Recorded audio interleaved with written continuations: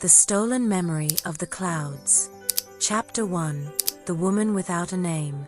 The pearl grey Peugeot 206, a small French car known for its persistence more than its comfort, groaned like a dying creature along the ruined dirt road, its tires fighting against deep furrows that looked like scars left by forgotten harvests and relentless rains. It was exactly 4:47 p.m. on January 24, 2026, something Elena, or the name her shattered mind insisted on claiming as her own, would only learn later, glancing at the car's digital dashboard. She wore no watch, carried no calendar.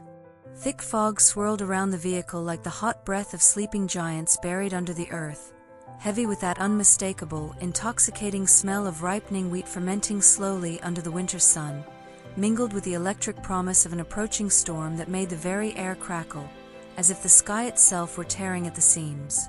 She didn't remember taking that rural detour from the main highway. She didn't even remember ever being on a highway. Her hands, calloused and unfamiliar, nails bitten down to bleeding edges and marred by pale burn scars, trembled over the worn-out faux leather steering wheel with terrifying familiarity, as if every treacherous turn, every bone-jarring bump, every long shadow cast by the lone cypress tree, a tall, ancient Mediterranean evergreen often planted as a symbol of memory and mourning, against the dry wheat had been rehearsed 1,000 times before in evaporating dreams. The windshield was spattered with reddish mud and a handful of sticky white petals the wipers couldn't quite shake off, as if the field itself was trying to enter the car. The engine coughed one last metallic protest, a final strangled sigh, and died. The silence that followed was absolute, almost violent, broken only by the rhythmic whisper of the wind sliding between golden fields that stretched beyond the exhaustion of sight, dissolving into a trembling horizon. Before her rose a landscape she sensed carved into the inner walls of her skull, though she could swear she had never seen it in her life, that ancient, twisted cypress dividing the world into two uneven halves, rebellious clumps of vibrant white roses defying winter's grip with translucent, arrogant petals glowing under the slanting light of the setting sun, waves of golden wheat shimmering like a sea of trapped liquid amber, and, towering above all of it, clouds piled high in steel gray and violet columns, roaring with stored thunder like the brushstrokes of a divine painter halfway through a storm. The landscape wasn't merely beautiful in its bucolic perfection. It was accusatory, intimate to the point of nausea, like recognizing the aged, traitorous face of a lost lover in a crowded market. She stepped out, legs trembling, boots of cracked and muddy leather crunching over loose gravel that seemed to remember her weight. The cold winter air bit at her cheeks and bare neck, but the chill wasn't what made her lips tremble, it was the smell. The specific, inescapable scent of freshly turned soil, crushed white roses bleeding their sweet sap, and pre-storm ozone stirred a physical memory her mind refused to explain. Her body remembered what her thoughts denied. She took 3 hesitant steps toward the commanding cypress and touched the first white rose within reach, one stubborn stem growing at an impossible angle toward the path. Its thorns pricked the tip of her finger, sharp and surgical. Flashback, instant, electric, merciless. Small, dirty hands, maybe 8 years old, weaving a crooked floral crown, a mother's distant voice calling from a kitchen window, "Elena, don't touch the white ones, they cut deeper than the red." The vision snapped like a burnt wire, leaving a metallic taste on her tongue, tears carving paths down filthy cheeks. "Elena," she whispered hoarsely, unsure if it was a question or a plea. She circled the cypress like a sleepwalker, her footprints soft in the damp earth. Exactly 1.7 meters from the trunk, lit by the sun's dying glow, someone had carved words into the bark with a dull knife and furious adolescent hand, "Elena 2016. The digits were crude yet deep, cut with restrained rage, as if the carver had wanted to merge with the tree itself. She ran her fingers over the engraving and felt a faint pulse beneath the living bark, as if the tree were breathing her name. A mechanical rumble tore the silence. A Massey Ferguson tractor from the 1960s, in rusty green and red patches, emerged through the wheat, its dusty headlights slicing the fog. The man driving it, 60-something, had a face as weathered as the tree's bark and eyes buried under white brows steeped in too many cruel winters. He stopped 2 meters from the stalled Peugeot. His stare lasted 10 eternal seconds. "You came back," he said finally, voice low and even, as if the words had waited 10 years to be spoken. Elena shook her head, mouth dry as trampled straw. He spat a stream of dark tobacco toward the nearest white rose, which seemed to shrink. "This land doesn't forget names. Or faces. Or what was done under a storm just like this one." Then he revved the engine and drove away, leaving behind a thick cloud of diesel and secrets. Alone again with the Cypress, Elena looked up. The clouds hung so heavy and low that she felt she could touch their violet bellies swollen with rain. She pulled her phone from her jean pocket, 3% battery blinking red, 47 missed calls, all from a contact simply labeled home, messages piling up like indictments. "Where are you? Call me now. Don't do anything stupid." She Googled with trembling fingers, "Field Cypress white roses near Mocoa." The first image matched perfectly, the same landscape. The caption read, "Cypress of the Broken Memories, oil on canvas, signed Elena L., 2016. Sold at a regional auction to a private collector in Bogota for €8,200. A critic's note below chilled her blood, an obsessive study of floral anatomy disturbingly human, as if the petals breathed human secrets. The wind suddenly howled, lifting a storm of petals and dry leaves that clung to her jacket like unwritten confessions. A deep thunder rolled through her ribs. Something inside the car called to her, an instinct older than thought. She stumbled to the trunk, opened it. Inside, wrapped in a soiled cloth and tied with packaging twine, lay a rectangular canvas. She unwrapped it carefully. It was the same landscape, the same roses, the same wheat waves, the same scarred trunk, but incomplete, the clouds only half painted. In the lower right corner, a signature in thick black oil, Elena Lazaro. Next to it, a hardened palette dotted with white-crusted paint that smelled faintly of turpentine, and something saltier human, like fresh tears distilled a decade ago. She sat on the cold, fertile ground, the heavy canvas on her knees, and watched as the real clouds above aligned stroke by stroke with the painted ones. The farmer had been right. The field forgot nothing. Absolutely nothing. But Elena, or whoever she had been 10 years before, had engineered her own amnesia with the precision of a professional assassin. And now, the land had come to collect its debt, with interest compounded in storms and white roses. Chapter 2: The Flowers That Whisper. Elena slept in the back seat of the Peugeot 206, the compact European car still carrying the smell of stale cigarettes and anonymous sweat, her body curled tightly into a fetal not over torn upholstery. Sleep was not rest, it was a free fall through viscous tunnels of darkness, punctuated by blurry faces that dissolved when she tried to focus on them. She woke abruptly at 8:14 a.m., startled by a distant bolt of lightning that illuminated the car's interior like a forensic camera flash, leaving green retinal ghosts that took half a minute to fade. Outside, the morning sun sifted gold through translucent petals of white roses. The entire field moved like a living sea of dry wheat in the breeze, carrying the sweet scent of fresh sap and moist soil. Yet the roses called to her, not with sound, but with a physical urgency, as if every petal hid syllables of a forgotten language her skin remembered before her mind could. She dragged herself out of the car, knees stiff with the night's cold, denim jacket heavy and soaked with dew like poorly tanned leather. The unfinished canvas still rested on the front seat, its half-painted clouds staring back accusingly. Without conscious thought, she walked straight toward the clusters of white roses, her boots sinking into black, fertile soil that seemed to drink her steps with plant-like hunger. She tore out one full rose by the root. The thorns slit her left palm in 3 neat lines, blood dripping thick on the naked bulb. The flashback came instantly, surgical and merciless. Her father kneeling in the same spot years ago, enormous hands guiding her small ones around a child-sized sickle, teaching her how to reap wheat without cutting sacred flowers. Respect what's alive, Elena. The white rose carries the memory of all who have touched it. His deep voice echoed in her ribs like a distant drum, the smell of tobacco and fresh earth flooding her lungs. Then the vision ended, abruptly, as black smoke rose from an unseen horizon. The second rose came up in a single furious pull. Another sequence burst open.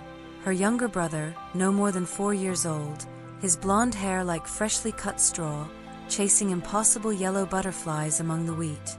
She was 10, building a crooked fort of hay and flexible branches, both of them laughing until their ribs hurt as the sun turned the field into a glowing furnace. "The king of the fort commands," he shouted, a crown of white roses askew on his sweaty forehead. At the edge of the vision, the black smoke swelled again, swallowing them like an oily tide.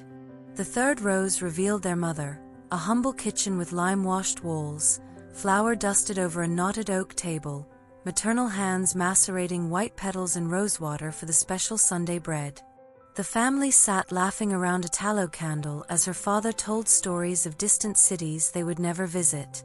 "White roses are fallen angels, Elena," her mother whispered. "They give sweetness, but they pierce the soul." And each memory ended the same way, smothering black smoke, choking screams, the sharp scent of burnt flesh tangled with fresh bread. Elena lunged through the field in frenzied progression, ripping roses from their roots, one after another, 13 bloodied stems clenched in her left hand, until the field itself looked mutilated, littered with floral confessions torn from the earth. Every few minutes she collapsed to her knees, gasping, her peripheral vision blooming with drifting white petals like guilty snowflakes. At exactly 11:23, kneeling in the richest black soil beneath the main rose bushes flanking the cypress tree, she began to dig, first with blunt fingernails, then with shards of turtle shell she found among the roots. The earth yielded easily, complicitly. Barely 8 inches down, something surfaced, a scorched rag doll, no longer than a child's forearm, her fabric limbs blackened, yet her button eyes gleaming, accusing, through the charred cloth. An embroidered insignia, faint but legible, spelled 2 letters in faded red thread, E.L. The doll's stiff finger pointed toward the cypress, like the hand of a corpse. The old farmer appeared again, riding a decrepit cinnamon-colored mule with wild hair and jaundiced eyes. He dismounted slowly, knees creaking, a polished cypress wood cane in his right hand. "What did you find under there?" he rasped, voice coarse from decades of barking at the wind. Elena lifted the scorched doll with trembling hands, loose dirt falling like dried tears. The farmer paled beneath his weathered skin, pupils narrowing until the whites showed like thin veils. "Yours," he muttered, almost inaudible. "You burned it, along with everything else that night." Elena shook her head, mechanically, the movement of disbelief unaccompanied by memory. The man stepped closer, his cane striking the ground in rhythmic dull thuds. "10 years ago," he said. "Storm worse than this one.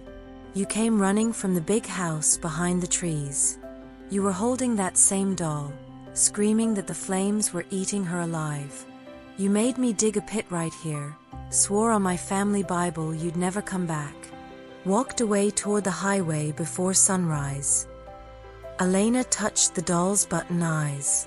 Another flashback, brief but sharp, her younger self, maybe 8, burying a brand new doll under the same rosebush, swearing by the dying light she would always protect it.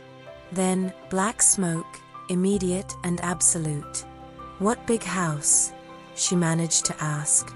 The farmer pointed with his cane toward a thin line of trees on the northern horizon, barely visible past the first ripple of the field. "Your parents," he said flatly.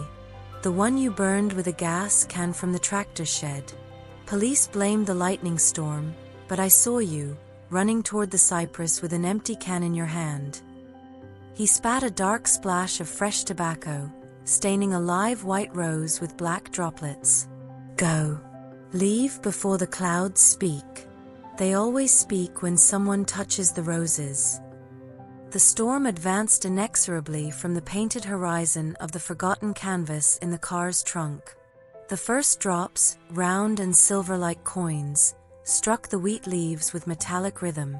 Elena pressed the charred doll to her chest, feeling her heartbeat steady and heavy, sinking with the deep rumble of approaching thunder. The farmer climbed onto his mule, said nothing more, and vanished among the golden stalks. A trail of dust and diesel floated where he had been. Elena looked up. The clouds were so low now she could see violet veins coursing through their bellies, alive, pulsing, sentient. She dragged the canvas from the car and rested it against the front wheel, staring as the real fields aligned perfectly with the unfinished brushstrokes. Every cluster of white roses matched an empty gap on the painting, as if the artist had used this living land as her direct model, abandoning the work only when something darker intervened.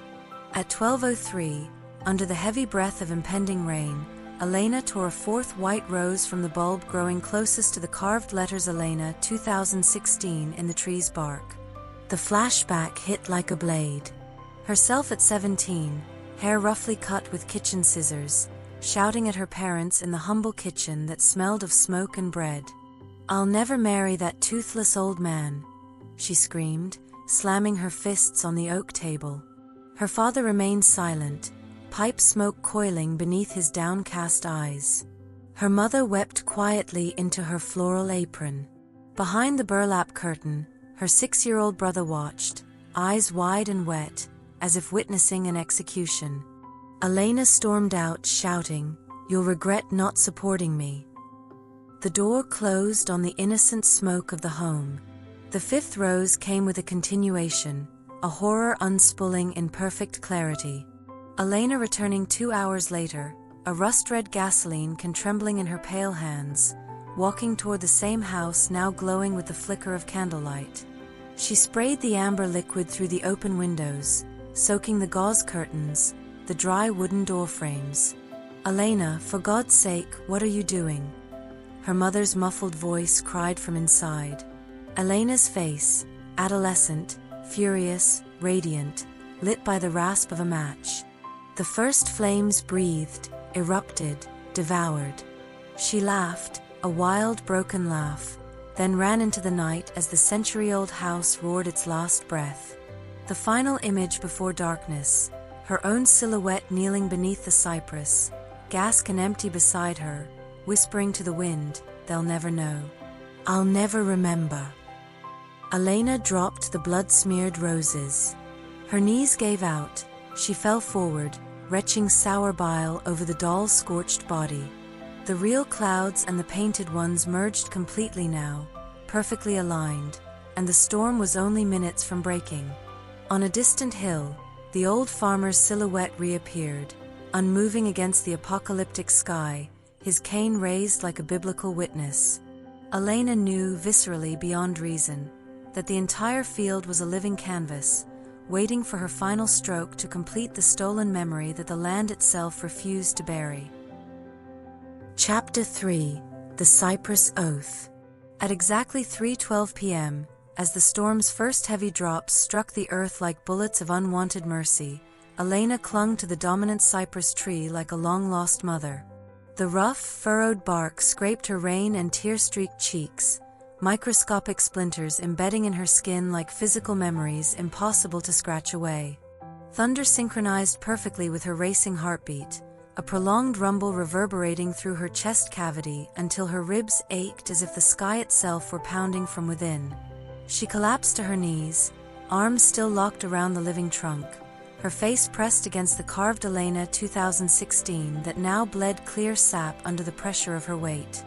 The definitive flashback detonated then, not in fragments, but as a complete film projected on the inside of her closed eyelids, every frame sharp as shattered crystal. 10 years earlier, the exact same stormy afternoon, August 15th, 2016. Elena, then precisely 17, her hair rebelliously cropped 2 nights before with rusty kitchen scissors in a teenage fury, her white cotton school shirt stained with midday sweat and soil, argued in the lime-washed kitchen crisscrossed with hairline cracks like exposed veins. A knotted oak table dominated the space, draped in a faded floral cloth worn thin by endless washings. Her father sat at the head, smoking a briar pipe filled with his own black harvest tobacco, slow spirals rising toward the bare hanging bulb. Her mother stood at the sink, sobbing quietly over a faded blue apron spotted with lentil soup. Her 6-year-old brother, hair wild like freshly cut straw, hid behind a handmade flour sack curtain, his large dark eyes witnessing the family storm from the shadows. "I won't marry that toothless fat old man who's 30 years older than me and smells like ancient manure."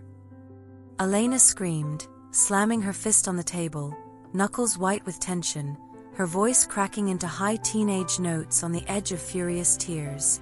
Her father exhaled smoke without looking up, his deep voice weary from decades of plowing. "He's steady, Elena.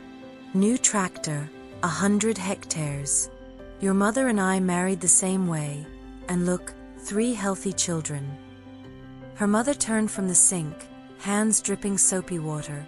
"Daughter, love grows with time, like the white roses in the field. Bend to reality." Elena kicked a wooden chair that crashed with a clatter, plates rattling in the cupboard. "Reality is rotting here, cutting wheat forever. I want the city lights, life." She stormed out, the door slamming so hard it shook the frame, hinges screeching protest into the hot August night that enveloped her like a suffocating shroud. 2 hours later she returned, a silhouette etched against the stormy sky growling threats over the family fields. In her right hand, a 5-gallon rusted red gasoline can inherited from her tractor-driving grandfather, trembling not from weight but from electric anticipation in her veins. Her determined steps crunched the front yard gravel, lit by a flickering bulb drawing suicidal moths.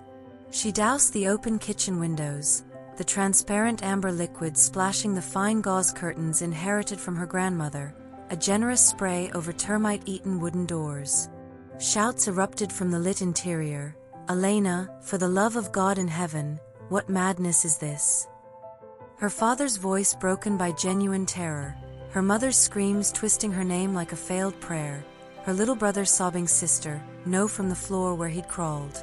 Elena's face, illuminated by the first flames from a match scraped against rough cardboard, erupted in manic laughter bubbling from her throat like a geyser held too long. Her teenage features reflected in the windows like a vengeful mask. She ran toward the dark field as the century-old structure roared its progressive collapse, beams snapping like old bones, the colonial tile roof sliding in an orange avalanche. The final image before the brutal cut, her own silhouette crouching beneath the familiar cypress, the empty can hitting the ground with a hollow metallic thud, a whispered oath to the hot wind that smelled of burning family. "They'll never know. I'll never remember what I did tonight. The white roses will help me forget." Elena awoke soaked to the bone by the torrential downpour that had erupted during her mental blackout, clutching a scorched engagement ring she didn't remember wearing on a chain around her neck. A tiny internal engraving, barely legible under the rain, E+M, forever. She looked at the real clouds. They formed the perfect silhouette of her family home in flames, the exact outline of the slanted roof and crooked chimney visible from the field 200 meters away. Thunder applauded the revelation. The farmer waited 10 meters away under a faded yellow raincoat, a round-point shovel resting on his shoulder, his face impassive beneath rivulets running down his gray beard. "I knew the cypress would speak today," he said, his voice calm as a confessional priest. 10 years waiting for this moment.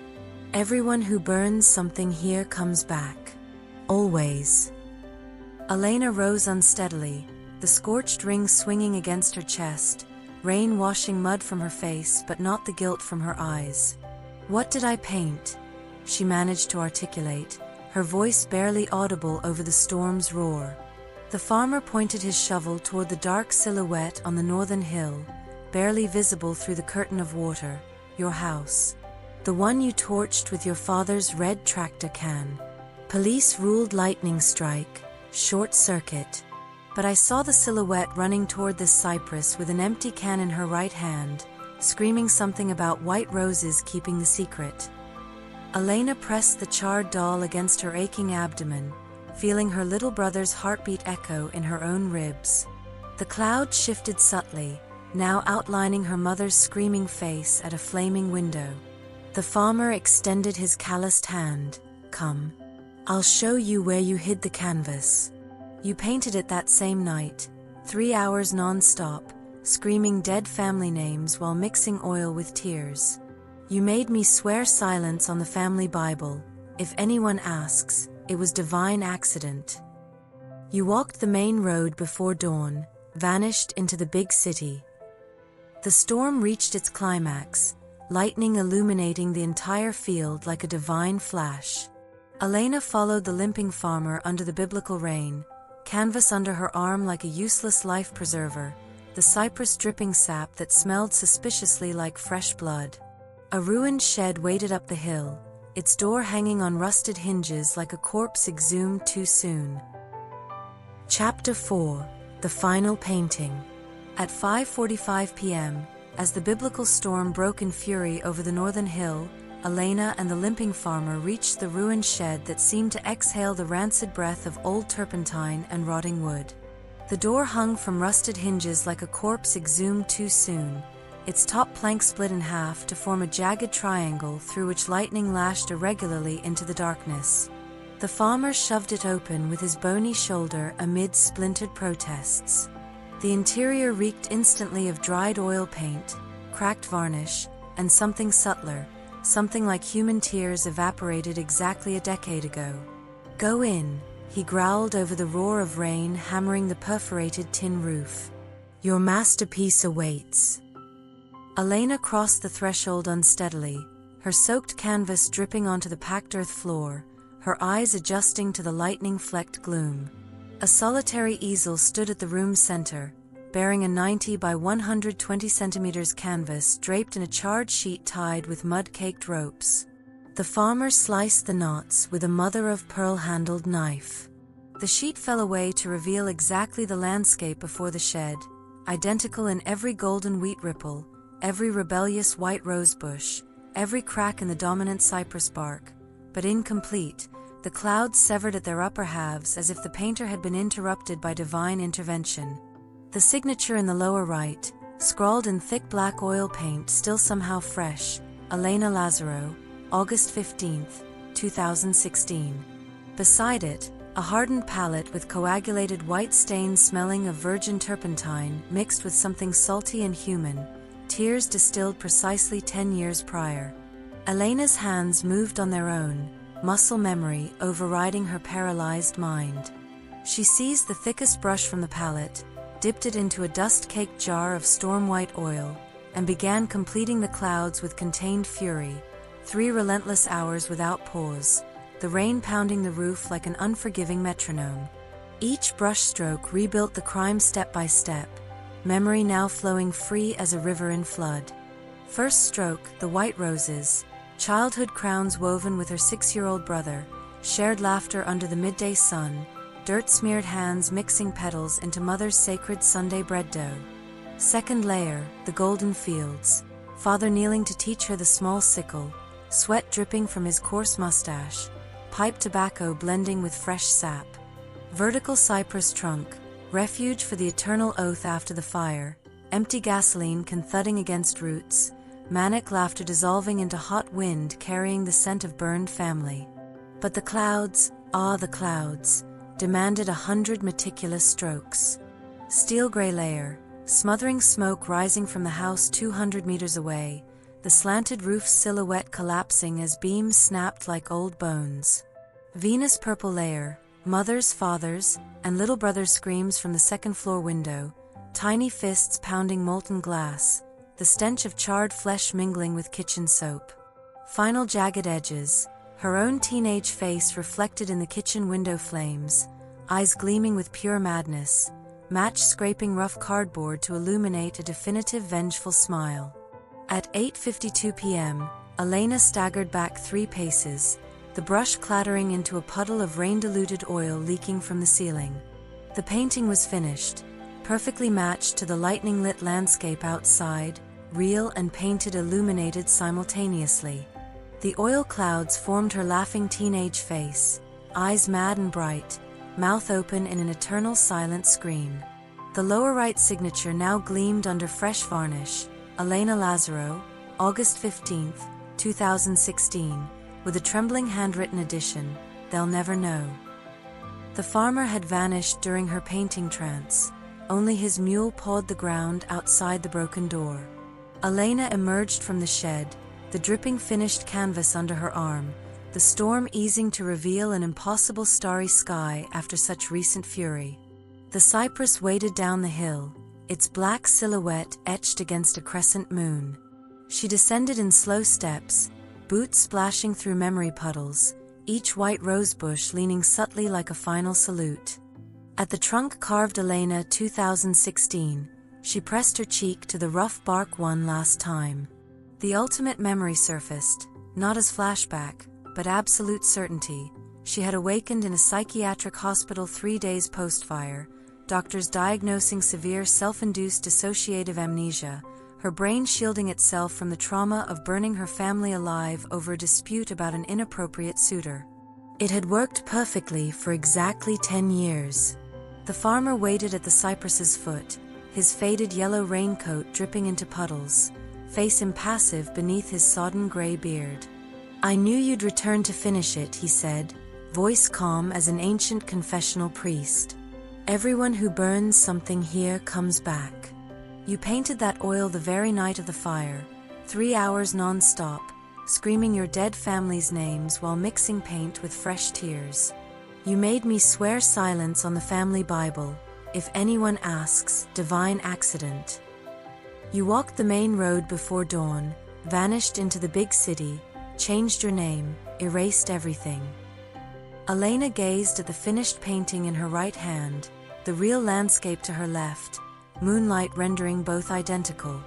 The clearing clouds unveiled stars forming a new constellation, the ghostly silhouette of the burned house.